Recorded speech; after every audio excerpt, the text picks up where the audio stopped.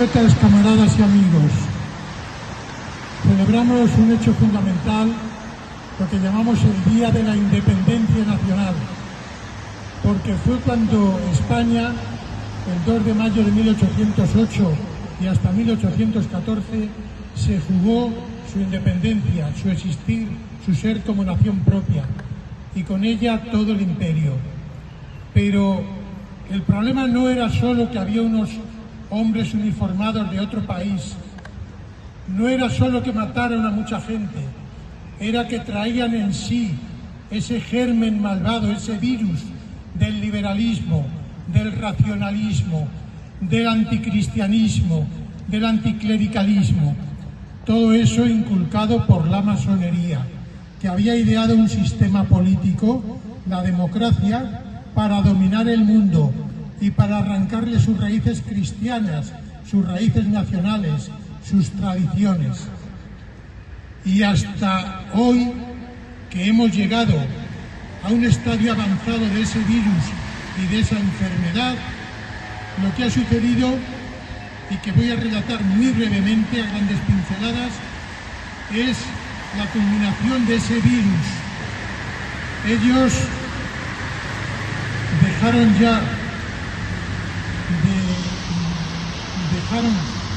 prohibieron a la Inquisición que siguiera existiendo,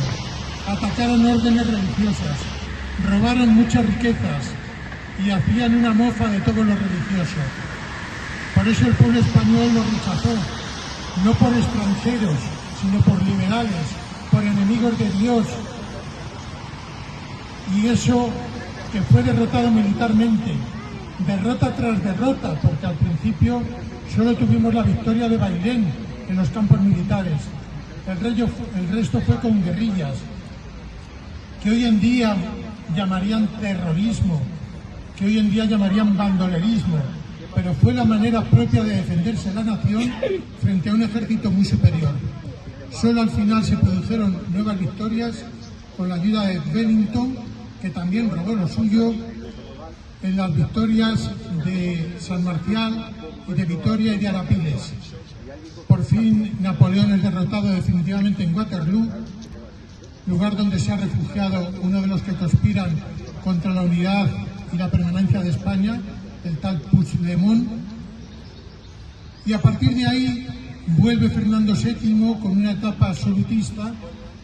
pero luego viene una etapa liberal, con el famoso Riego y la sublevación de las cabezas de San Juan. Eso consigue que toda América se independice de España. Es decir, que el tremendo efecto que produjo ese liberalismo fue la pérdida de todo nuestro imperio, de toda la América española, a través de logias masónicas, pues eran masones la mayoría de los llamados libertadores. Fue por eso que hubo una reacción en España contra ese liberalismo, y esta vez vinieron los franceses con los 100.000 hijos de San Luis y con el duque de Angulema, que esta vez sí fueron recibidos bien por el pueblo español, porque vinieron a restaurar los derechos del trono, los derechos de Dios y la auténtica España. Después el problema dinástico de la falta de sucesión de varones con Fernando VII trajo como consecuencia las guerras carlistas, y ahí otra vez el liberalismo se manifestó y echó su zarpa a partir de 1834 con la desamortización, la supresión de todas las órdenes religiosas en España, el robo de todos los bienes de la Iglesia y también de los municipios, los bienes de propio, los bienes municipales. Todo eso lo repartieron entre 4 amiguetes y fue el nacimiento del capitalismo en España,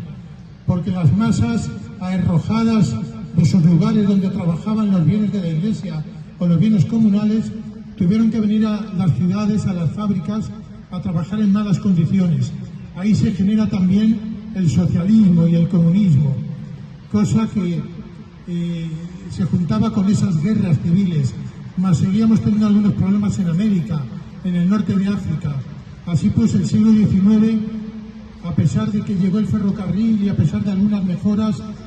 fue una época de decadencia que va a culminar después de la Semana Trágica de 1909, de la Revolución de 1917, también en España, a ejemplo de la rusa, con la dictadura de Primo de Rivera, que fue una etapa benéfica, pero al caer Primo de Rivera llega la Segunda República, que supuso la mayor persecución de toda la historia de la Iglesia Católica. Los 7.000 sacerdotes, monjas y obispos asesinados, los 20.000 edificios religiosos destruidos, la persecución con las checas, con los campos de exterminio como Paracuellos del Jarama.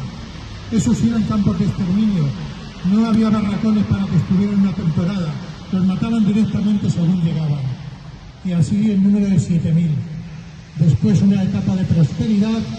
bajo los principios del catolicismo social,